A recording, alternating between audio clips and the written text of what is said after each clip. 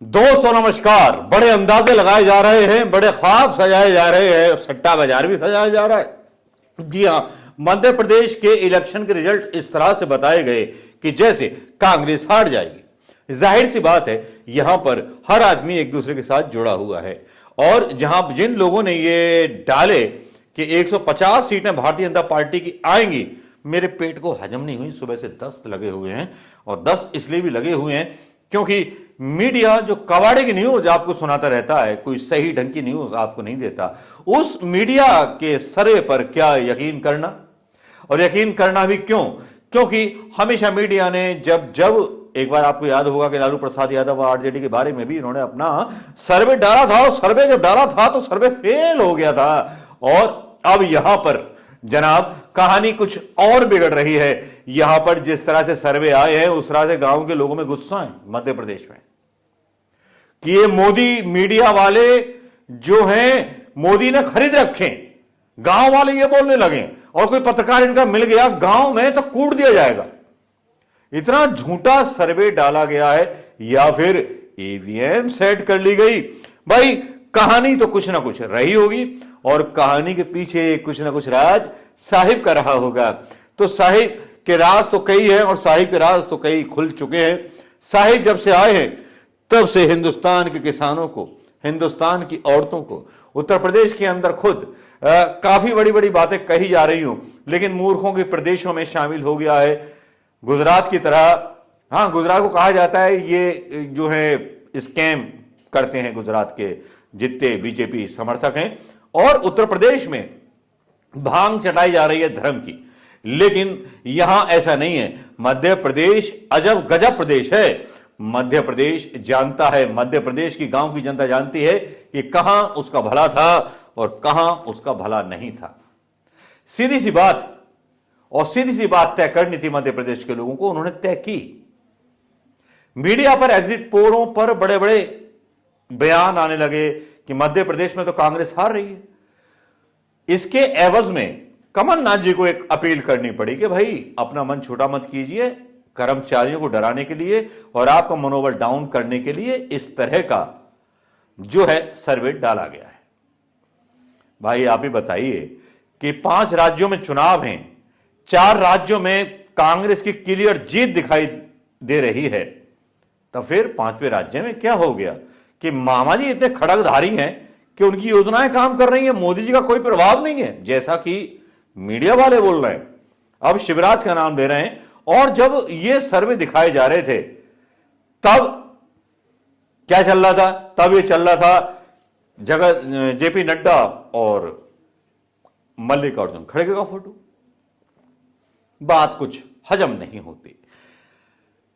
कांग्रेस की एक कार्यकर्ता अपना आकलन डालती हैं जो विदिशा की हैं अनुमा आचार्य, जरा उनको सुन लीजिए। 18 साल में कोई प्लान नहीं था। बिना प्लान के वो बहुत सारी घोषणाएं करती रही और बिना रिपोर्ट कार्ड बनाए हर घोषणा से एक हेडलाइन ले लेती थी। तो इस बार भी जो कल हुआ एग्जिट पोल्स में हुआ और खासतौर पे 2 बड़ी एजेंसीज के साथ हुआ, उनमें से एक पर मेरा पूरा भरोसा है। और उसी एजेंसी को मैंने कहा कि भाई आपने सैंपल साइज कहां से लिया, क्योंकि मध्य प्रदेश में शहर का वोटर पता नहीं क्यों सांप्रदायिक ज्यादा है, उसे लगता है कि वो बहुत समझदार है, लेकिन गांव का वोटर जो है वो विचारधारा से जुड़ा है। वो जानता है कि मार्केटिंग कुछ नहीं होती, जो मेरा अनुभव है मैं उस पर वोट दूंगा। तो गांवों के अंदर, छोटे कस्बों के अंदर एक दूसरी किस्म की जनता होती है और शहरों में एक ऐसी जनता होती है जो ऊपर के चैनलों से आती हुई ऊपर की मार्केटिंग को सहेज लेती है और अपना एक विचार बना लेती है। तो जो 2 सर्वे कह रहे हैं कि जिसमें वो बीजेपी की सरकार बता रही है, मुझे ऐसा साफ तौर पर लगता है कि ये सट्टे के कारण है। क्योंकि इसी तरह सटोरियों ने बहुत पैसे कमाए थे। कब? अभी 19 नवंबर को, जिस दिन विश्व कप हुआ था, वर्ल्ड कप हुआ था, और उस दिन उन्होंने सट्टे से पैसा कमाया था, क्योंकि सारे लोग भारत को जीता हुआ बता रहे थे।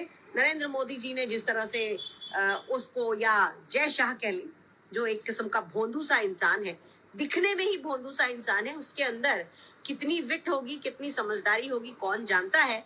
लेकिन ये निर्णय कि मैच अहमदाबाद में खेला जाएगा, ये निर्णय उन्हीं में से किसी का था और इसी के कारण इसको अति प्रचारित कर दिया गया था। तो भारतीय जनता पार्टी सीधे तरह से वोट नहीं अर्न कर सकती, लेकिन पीछे के रास्ते से सटोरियों के द्वारा पैसा कमाने के लिए इस तरह के पोल करवाती है। और ये तो सबके समझ में आया कि प्रदीप गुप्ता, जिन्होंने वो एक्सिस माई इंडिया वाला जो पोल किया है, वो उसके सीएमडी हैं, उन्होंने क्या किया, वो चूंकि एक उनका पूरा परिवार वो बालाघाट से आते हैं और आरएसएस से जुड़े हैं, उनके परिवारों से पीढ़ियों से लोग आरएसएस से जुड़े हैं, ऐसे व्यक्ति ने एक पोल किया और फिर उसके बाद तीनों लोगों को दिखाते हुए, यानी कि दो एंकर्स जो कि इंग्लिश इंडिया टुडे के सीनियर एंकर्स हैं, उन दोनों को दिखाते हुए, प्रदीप गुप्ता को दिखाते हुए एक वीडियो वायरल होता है। ये वीडियो वायरल किया जाता है, इसलिए किया जाता है ये बताने के लिए कि जो पोल हुआ है वो गलत भी हो सकता है, यानी कि वो उसका इंडिकेशन है, पहले से दिया जा रहा है, लेकिन सटोरियों को खिलाने के लिए भारतीय जनता पार्टी को पूरी तरह से जीता हुआ दिखाया जा रहा है। जहां तक मेरी इंफॉर्मेशन है, आप सब जानते हैं, मैं मध्य प्रदेश में रही हूँ, 2 महीने रही हूँ, मेरा गृह राज्य है, लोगों को पहचानती हूँ, नब्ज पहचानती हूँ। मुझे ऐसा लगता है कि 120 सीटें कांग्रेस की बिल्कुल तय हैं और उसके ऊपर जो मैं पढ़ नहीं पाई हूँ वो आगे हम मानते हैं कि 20-25 सीटें और हो सकती हैं। और चंबल ग्वालियर क्षेत्र में 25 से लेकर 30 तक ऐसा कोई फिगर होगा, 34 सीटें हैं वहां 25 से लेकर 30 तक कांग्रेस को मिलेंगी।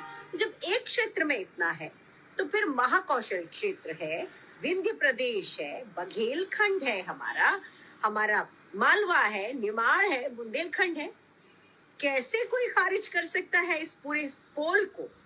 इसीलिए एक बात ध्यान रखिएगा, घर में निश्चिंतता से बैठिए, जो होगा वो परसों हम देखेंगे। 3 तारीख को जो नतीजे आएंगे उनको हम देखेंगे। हो सकता है कुछ जगहों पर ईवीएम के साथ कैप्चर करने की या किसी तरह के खिलवाड़ की कोशिश हो, शायद उसमें प्रशासनिक अधिकारियों की सहायता ली जाएगी, लेकिन कांग्रेस का एक भाजपा चुनाव हार चुकी है।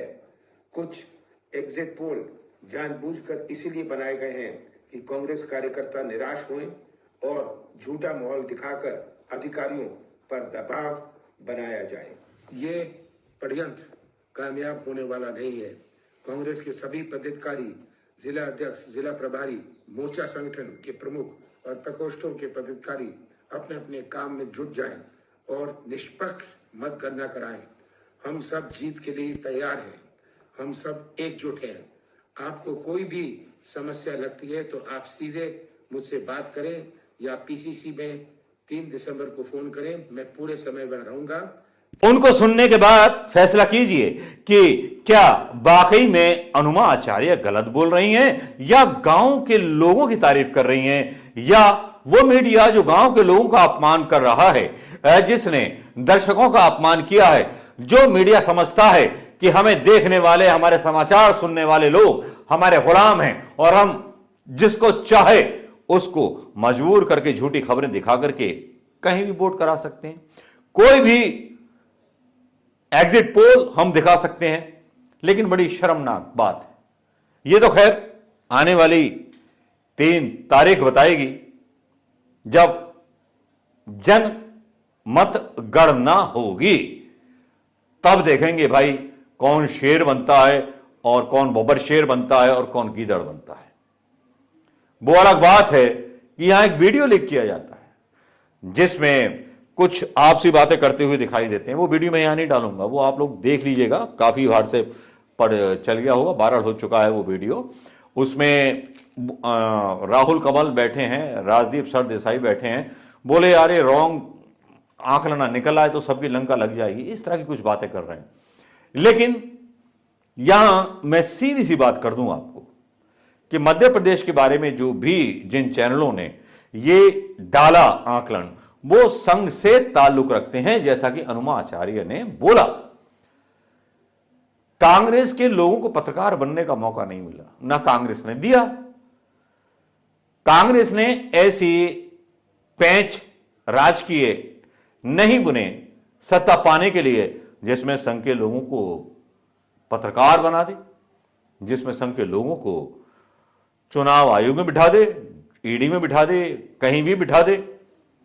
लेकिन इतना तो तय है, या तो मध्य प्रदेश की तकदीर बदलेगी इन चुनाव के बाद, चुनाव के परिणामों के बाद, या फिर यह मोहर लग जाएगी कि मध्य प्रदेश की जनता भी मूर्ख है। शहरी क्षेत्रों में बीजेपी को वोट पड़ना तो समझ में आता है, लेकिन गांव के वोटर्स ने, जहां जहां मैं बात कर रहा था, मैंने आपको कल की वीडियो में बोला था कि गांव के वोटर्स ने जिस शिद्दत के साथ वोट दिया है कांग्रेस को, वो वाकई में कमाल है। नतीजे तो तीर को खुलेंगे, लेकिन हम बोल देते हैं आपको 170 सीटें कांग्रेस की आएंगी। अब जिसको जो उखाड़ना है वो उखाड़ दे। नमस्कार, जय हिंद दोस्तों।